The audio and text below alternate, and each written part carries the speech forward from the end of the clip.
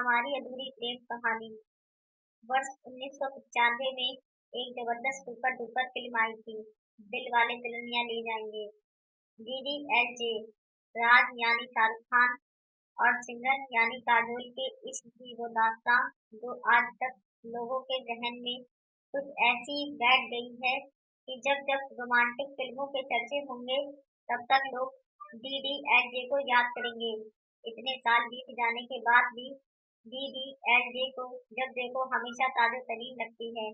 आज भी सभी छोटे-बड़े शहरों के कॉलेज में एक आध राज और सिमरन के किस्से सुनने को मिल जाते हैं।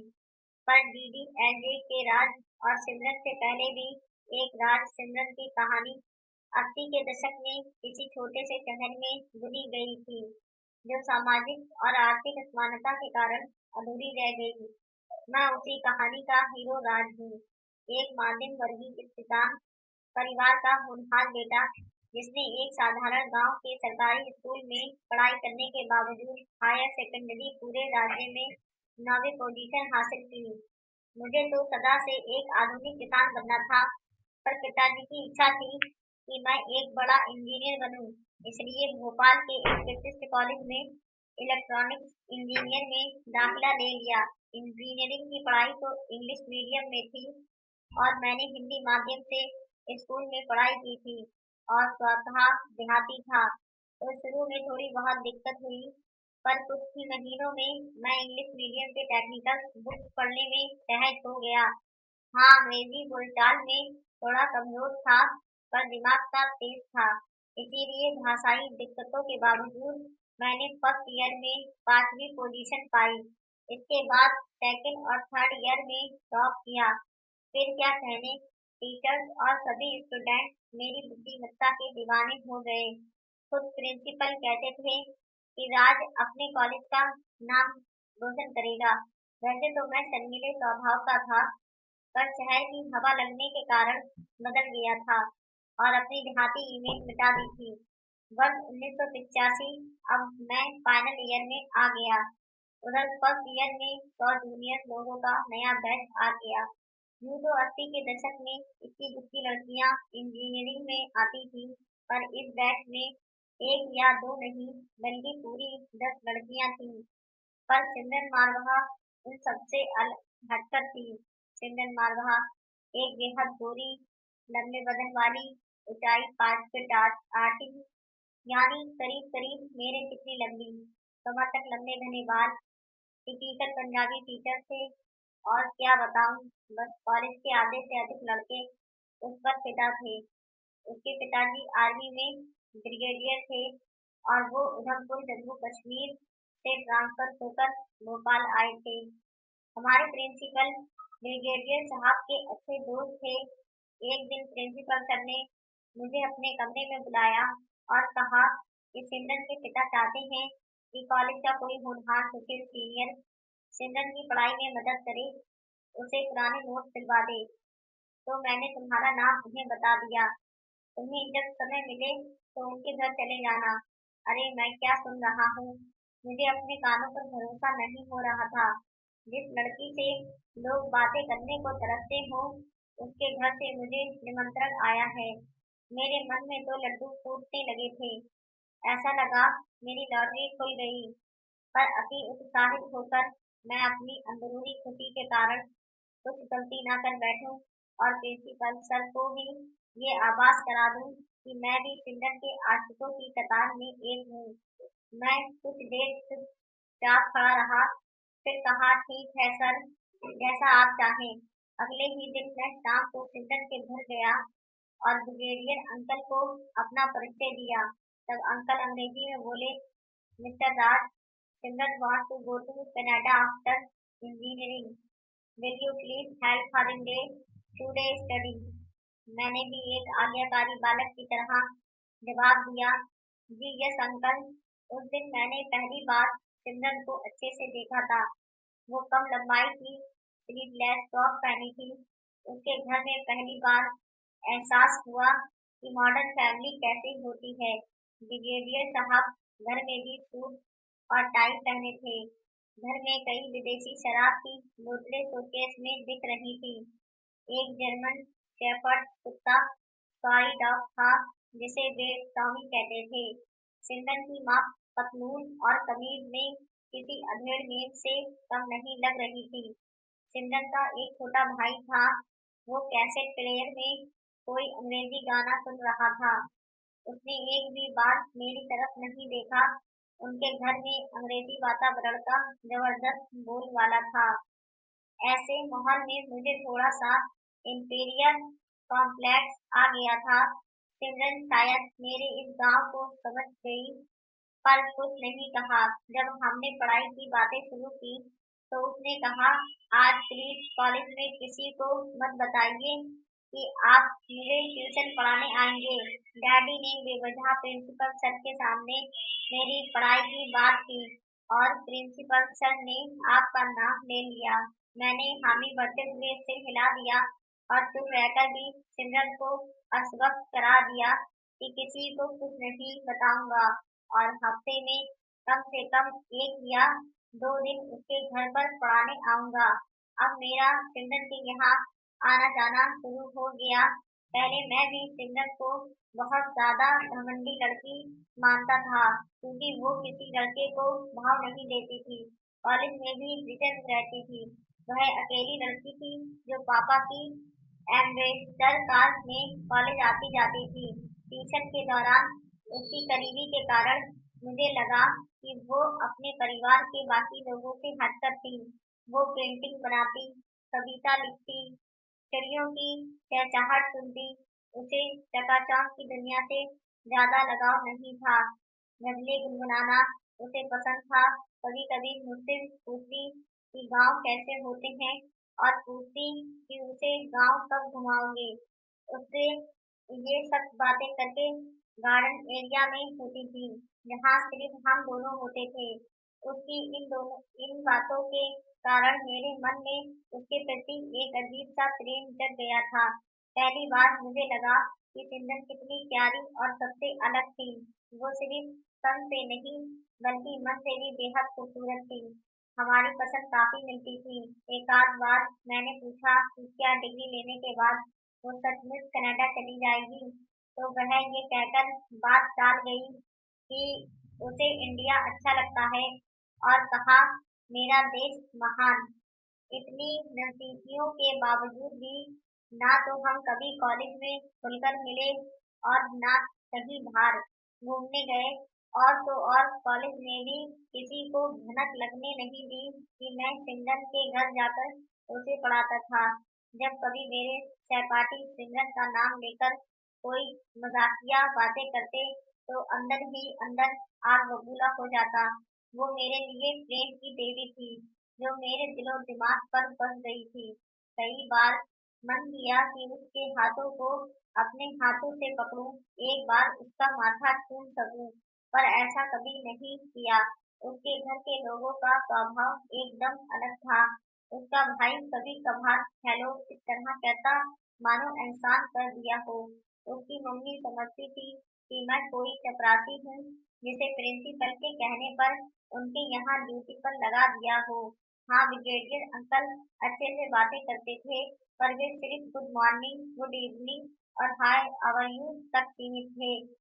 फाइनल एग्जाम शुरू होने के करीब एक महीने पहले से मैंने उसे पढ़ाना बंद कर दिया, क्योंकि मेरा फाइनल ईयर था और मुझे इस बार फिर टॉप करना था। पहला पेपर आरंभ होने के करीब 10 दिन पहले रात 8 बजे गांव से टेलीग्राम आया। उसे देखकर मेरे ऊपर मुसीबतों का पहाड़ टूट गया। पिताजी सिर को खेत में सांप ने काट लिया। पास के सरकारी अस्पताल में उन्हें ले गए, पर वे ना बच सके। गांव भोपाल से 200 किलोमीटर दूर था। जाने के लिए बस के अलावा कोई और साधन न था। एक बार सोचा कि ब्रिगेडियर अंकल के घर जाकर बात करूं, क्या वो मुझे गांव तक अपनी कार से भेज पाएंगे, पर डर था कि वो मना ना कर दें। खैर, अपने एक साल जूनियर साथी दिव्येंद्र को सारी बातें बताकर किसी प्रकार रात भर का सफर करके दूसरे दिन सुबह गांव पहुंचा। पिताजी की अंत्येष्टि की सभी आसपास के रिश्तेदार पहुंच चुके थे। अब तो गांव में करीब 15 दिन रुकना जरूरी था, जब तक पिताजी की त्रयोदशी नहीं हो जाती। इसीलिए परीक्षा के कुछ पेपर तो छूटना निश्चित था। त्रयोदशी के दिन मेरे अचरज का ठिकाना ना रहा जब मैंने देखा कि प्रिंसिपल सर और ब्रिगेडियर अंकल अपनी कार से मेरे घर आए हैं। उन्होंने देखकर मेरी आंखें नम हो गईं। विजेंद्र ने प्रिंसिपल को मेरे पिताजी के देहांत की खबर दे दी थी। मैं चिरूरी ब्रिगेडियर अंकल के पास गया और पैर छूने वाला था, तभी उन्होंने मुझे अपने सीने से लगाया। मैं जोर-जोर से कबक-कबक कर रोने लगा। उन्होंने पहली बार मुझसे पंजाबी हिंदी में कहा, "पुत्र, इतनी बड़ी बात हुई और तूने हमें खबर भी नहीं दी। क्या हम गैर हैं? मुझे तभी बताना था। हम गाड़ी से तुझे भिजवा देते और जब तक तू गाँव में रहता, गाड़ी तेरे पास रहती।" वे हमारे यहाँ करीब 2 घंटे रुके।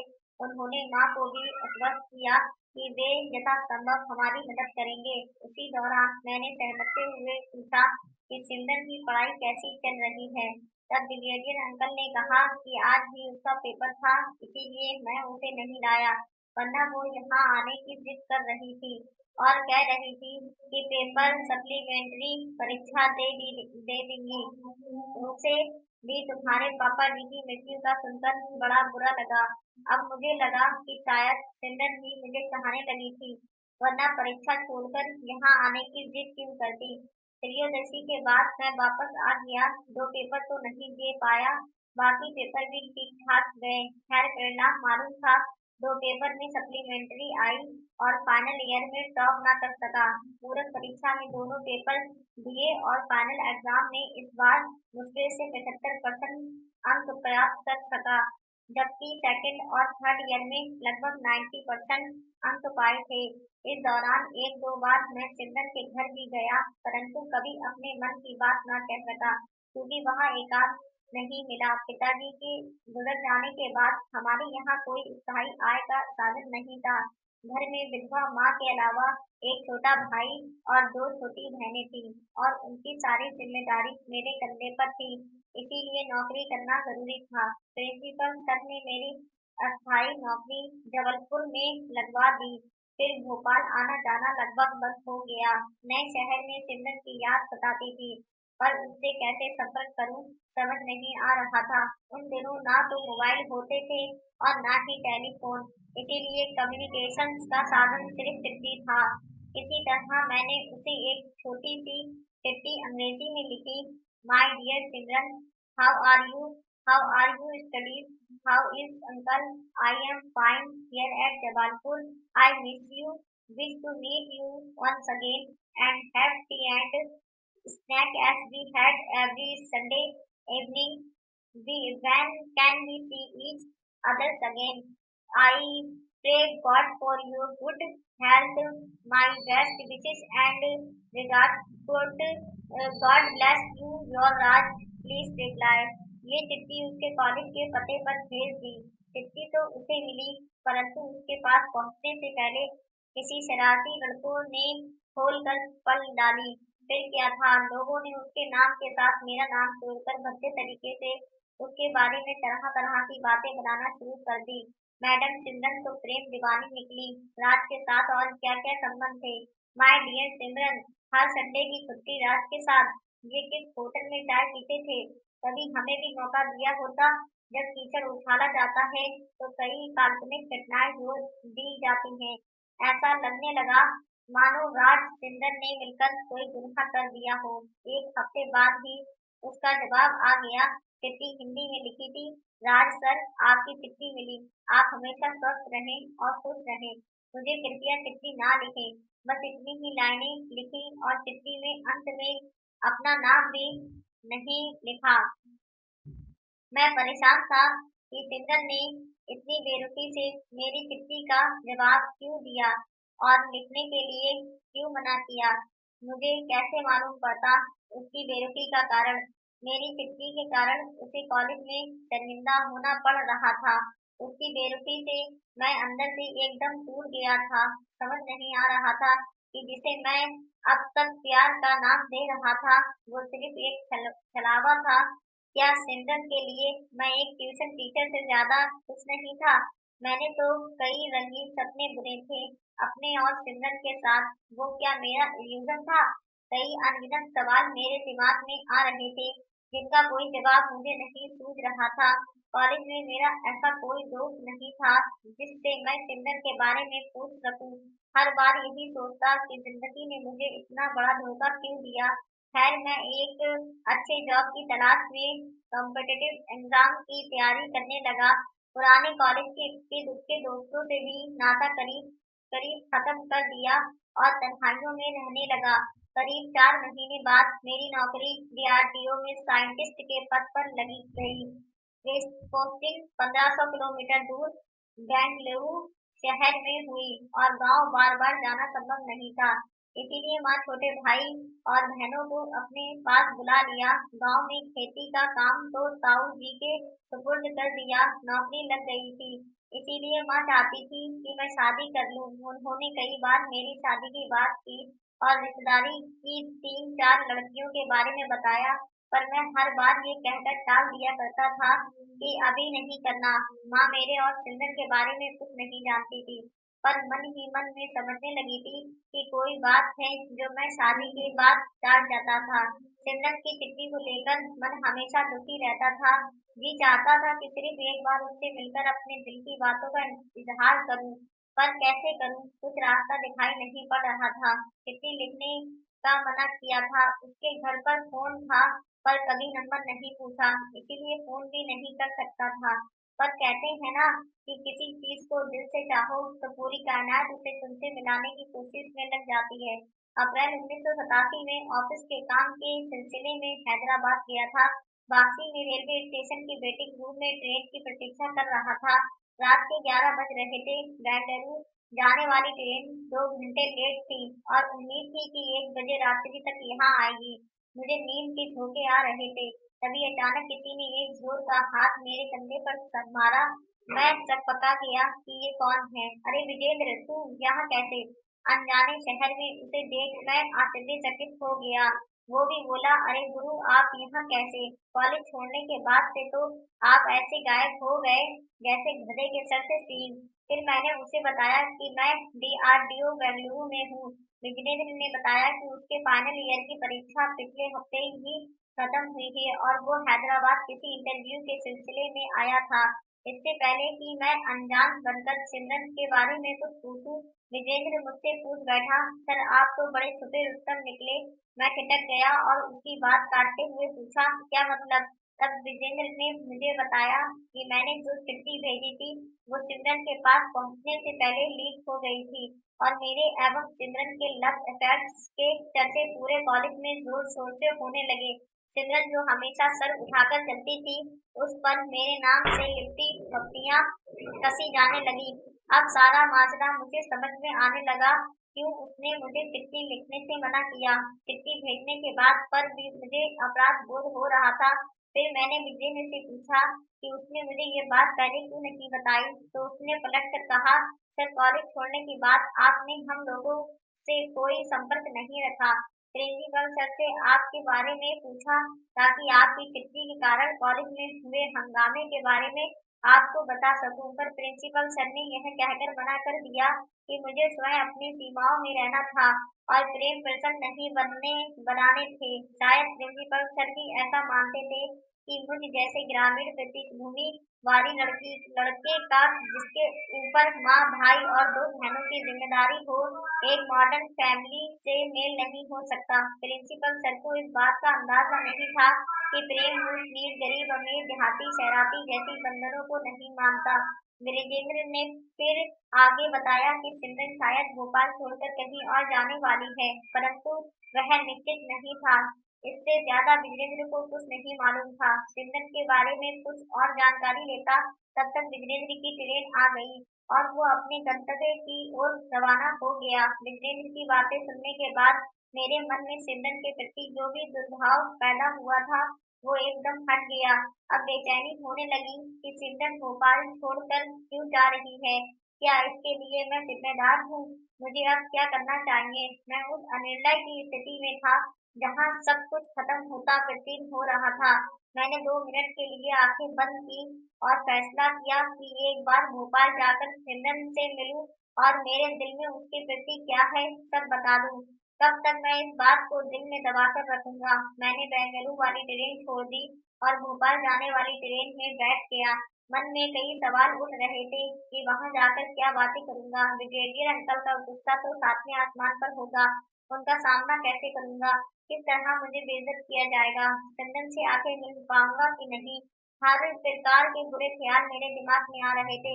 तारीख मुझे अभी भी याद है, 14 अप्रैल 1987, दिन रविवार।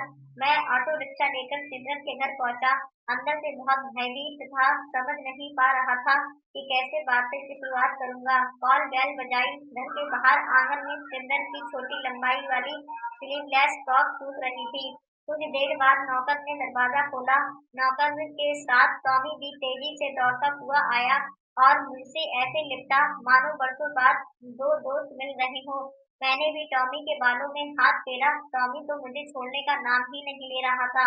फिर अंदर से सिमरन का भाई आया और टॉमी को जोर से डांटते हुए बोला, टॉमी कम इनसाइड। उसने मुझसे कोई हेलो हाय नहीं किया।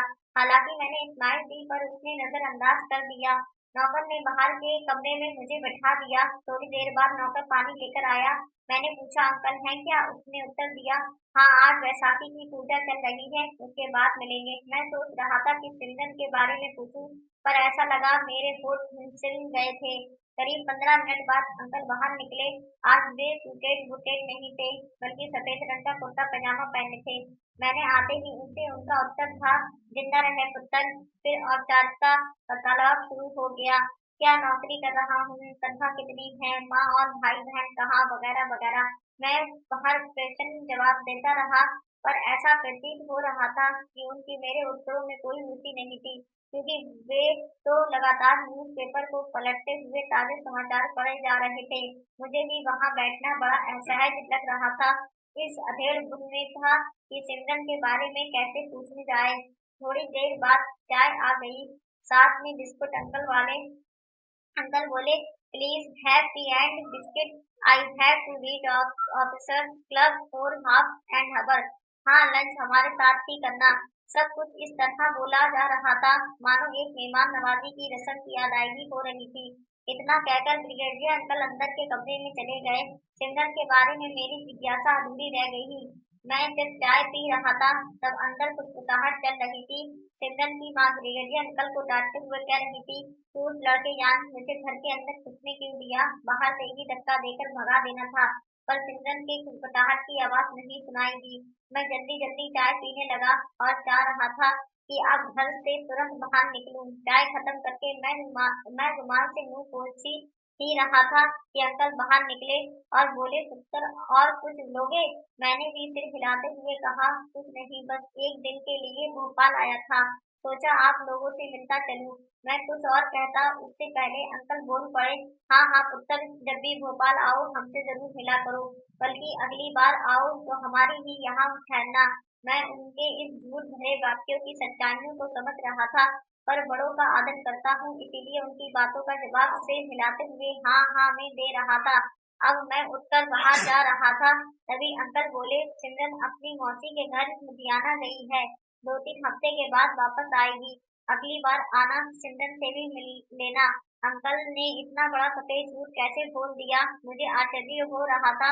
सिमरन की फ्रॉक तो आंगन में सूख रही थी, फिर वो मौसी के पास लुधियाना कैसे चली गई? मैं जो ही कमरे से बाहर निकला, नौकर ने दरवाजा बंद कर दिया। तभी टॉमी भी दौड़ते दौड़ते आया और बंद दरवाजे के पीछे से जोर जोर से भौंकने लगा, मानो कुछ कहना चाह रहा हो। आंगन में बाहर निकलते ही मेरी नजर सिमरन के कमरे की खिड़की के पर्दे पर पड़ी। पर्दे के पीछे से दो आंखें मुझे झांक रही थी। मैंने भी 2 पल के लिए उन आंखों को देखा। आंखों में मेरे लिए कितना अपनापन था, मेरे दिल ने महसूस किया। उन साधारण सी आंखों में मैंने पहली बार अपने लिए असाधारण सा सच्चा प्यार देखा। वे आंखें नम थी और मुझे पुकार रही थी, पर उसकी पुकार सुनने वाला कोई नहीं था। मैं भी अंदर ही अंदर रो पड़ा। अपने आप को इतना अस्थायी पहले कभी महसूस नहीं किया। मुझ में इतनी हिम्मत नहीं थी कि मैं टकटकी लगाकर उन आंखों को लगातार देख सकूं। मेरे कदम तेजी से सड़क पर दौड़ने लगे। लगा कि अब जल्दी से इस शहर से भाग जाऊं। सब कुछ भूल जाना चाहता था। हिम्मत नहीं थी इस शहर में और ठहरने की। अगली जो ट्रेन मिली मैं उससे बेंगलुरु आ गया। ट्रेन यात्रा में अनगिनत प्रश्नों से जूझता रहा। मसलन, क्या सिमरन सचमुच भोपाल छोड़कर जाने वाली है? अंकल ने मुझे झूठ क्यों बोला? इसका उत्तर मुझे मिल गया था। मेरा सामाजिक परिवेश मुझे ये अधिकार नहीं देता कि मैं किसी मॉडर्न फैमिली की लड़की से प्यार करूं। प्रश्न यह भी परेशान कर रहा था कि प्रिंसिपल ने मेरे निश्चल निष्कट प्यार को प्रेम प्रसंग क्यों समझा। कई अधूरे प्रश्न आज तक अनउत्तरित हैं। दोस्तों, प्लीज हमारे चैनल को सब्सक्राइब करिए, लाइक करिए, शेयर करिए और आप सभी का कहानी सुनने के लिए बहुत बहुत धन्यवाद।